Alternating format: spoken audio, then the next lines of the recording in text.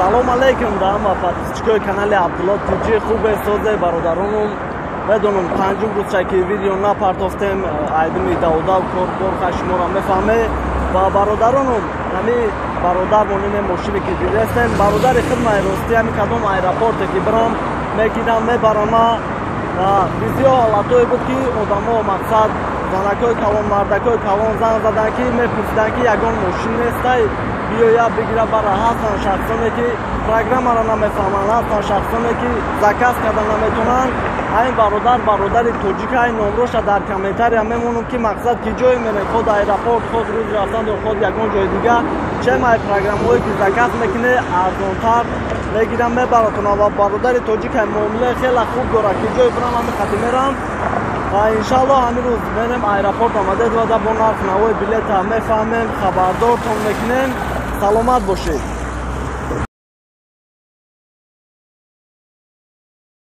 бародаронум чӣ хеле ки аввали видеода тамошо кардед таксии бародарум тоҷикаи 24 соат дар хизматонанд номбошро дар комментария мемонам ва ваъда додем ки аэропорт омадед ва аэропорт омадед ва омадем барои нархи навои билета фаҳмидан. салом алейкум апаҷон. хуш омадед ба канали Абдулло Тиҷи. ям тарак баландтар гап заред бо беҳтарин мешава апаҷонум. билета чанд гирифте апашка? билета 4 роз пеш гирифтам 3500. 3500 Москва Душанбе самолети Самон Air 20 кило багаж 7 кило ручной апаҷонум. Айки ҷо гирифте билета? Аям территория хунон гирифтам. Ай территорияи хитон мақсад ки 4 рӯзам ки барвақт гирифтен арзонтар гардид ва ҳозир дар поён хитон дидем ки 33000 33500 то 44000 одамо харидестан реси бегаҳин ҳам бегаҳин инашта гирифтем апаҷон. ва рости дар хона будам япашка занг зад мақсад нашуд духтар споридан нафаҳмид камтарак мақсад хинди надора ва иҷа ҳаст бародаро камтарак япашка хай нафаҳмид омадем сайти лабарҳиме дур омадем регистратсияша кардем ва бисёри одамо мақсад дар дигар видеомона мегуфтем ки духтар спори 2750 рубл буд ва ҳозир дар ҳар чори аэропорт 3000 рубл шудагия расчётона бигирем ки баъди омадан пултон камин накнавоҷи дар ҳар чори аэропорт ҳамун сайда худаш 3000 овардагиай иҷа духтар спори 3000 шудагия ва регистратсияша ба телефон кардем рафт штрих-кодша нишон дод анализша спорид баъди 2 соат иншаллоҳ тайёр мешава апаҷонум. ва чӣ гуфтани подписчикои мада? подписчикоитона гуфтанем ки ҳамиҷо омадем ҳами додар ёрдам кард 3000 духтар гузарӣ рафтад ҳами бударда ҷида бисёр одамо хай ёрдам мекардиян ва мекардиян бисёр нашод духтараш лекин мо да хаям додарам ёрдам кард раҳмати калон гуфтанем ки қоидаи бисποре баре коре кунем ки фреб нахӯрем 3000 будай духтар спори вай гуфтанем ки ҳамашон як саломат бошанд мардуми ғариб хай мо мерем худованд нигоҳбонтон боша шумора дар ҳаққи япашкам бо дуо кунем ки соҳти саломат. охи подписчикои ма қадига омадам ба телефон мекунӣ? ба подписчикои мо гуфтанем ки вай кунен лайка фаромӯш накунен подписатсияро фаромӯш накунен хай худованд нигоҳбонтон боша ҳами додарам дар раҳмат. зангироша чӣ мегӯ? зангирош кор кунам ба сари буланд бираван занг кор кунам ватанро обод кунам гап нест апаҷонум саломат бошед. ва хостам ки камтар подписчикомда дар бораи аэропорт дар бораи парвозҳо дар бораи рейсҳо маълумот бутам ва одамое ки ҳамин рӯз ба пагара омада мақсад ё ки барои ҳамин рӯз ё ки барои пагара Москва Душанбе билет мегиранд Самон Air 33000 ҳамин хеле дастро шуда ҳамин хеле мегиранд ва то охири моҳа мақсад баъди 20 то 22000 гирифтаистанд одамо ва сар мешавад 22000 ҳар рӯзаш ҳар нархай то 34000 мақсад 22 то 34000 билетошона мегиранд ва метавонед ки авиакассаҳое ки дар территориятона надёжни бошанд метавонед ки бигиред электронӣ ҳам боша вақти рейсда шуморо билет намепурсанд главни даба задани боше паспортона қайд духтар нишон метавонед тамом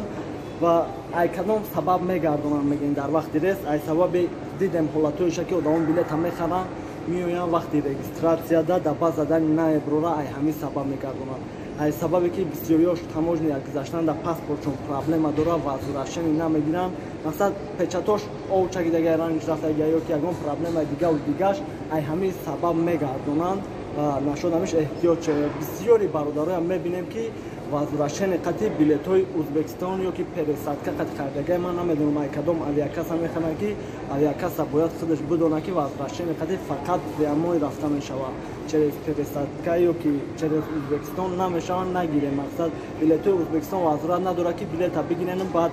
отменит кунед возвращение қати фақат прямой ва инем хали билетҳои Узбекистон чиқар ки дар дигар видеомон мегуфтем ки я ҳафта сар метиҳанд 10 рӯз сар метиҳанд ва авиакасара президент уҷа то охири моҳа сар дагиянд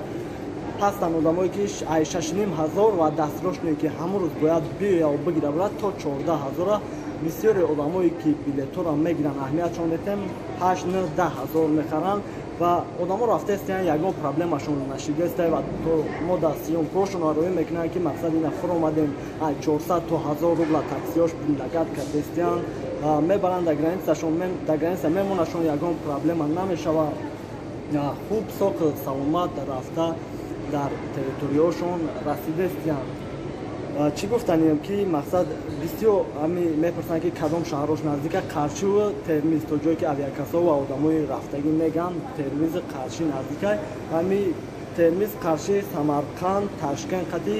бисёр одамо рафтаистиян ва баъзанаш аз сабаби ки мақсад то билетҳои ҳастае ки 6500 ине ки наманган андиҷон ба ҳамин ҷоҳорам билетҳошона гирифтаистиян ва дашуд багажу гам мезанем ки сомон айр боша сари килои зиёдтӣ 385 рубл ва самолёти ютр ки дина дар аэропорти Внуково будем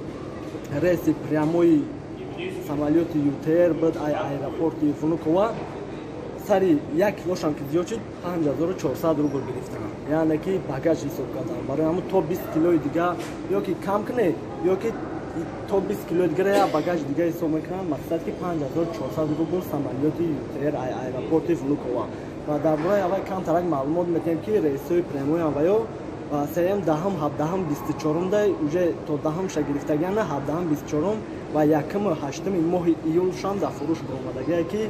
нархш 18 то 23 тара авиакасаҳо фурӯхтаистанд ва дар ҳар як видеом номрои авиакасара комментариям дар мемонем ки мақсад одамои надёжниянд ва официални авиакасаанд ки метавонед занг бизанед баъд дили пур билетотона бигиред ва шояд саволое боша ки мақсад ҷавоб наода бошем ё ки мақсад шумо пурсем барои кӯдако ҳар самолёт ҳар функсияи худша дорад ина барои кӯдако сомон айра ки то 2 сола 50% мегирад то 7 сола 75% то 12 сола ай то 2 сола 600 рубл ай 2 сола то 7 сола 50% ва ай 7 сола то 12 сола 75% мегира ва ай болоши 100% мегира мақсад бо Узбекистон дига хеле функсияш ва багажи Узбекистонам ҳастае самолётиш ки 20 кило багаж 5 кило ручной 30 кило багаж 5 кило ручной ва ҳастае тоқа ручной дора ҳай кадомет ки бо савол дошта боше дар ватсапам ё ки комментарияда нависе ҳатман ҷавобтон метавонам ай шумо чи подписатса лайк ҳаматон бошед.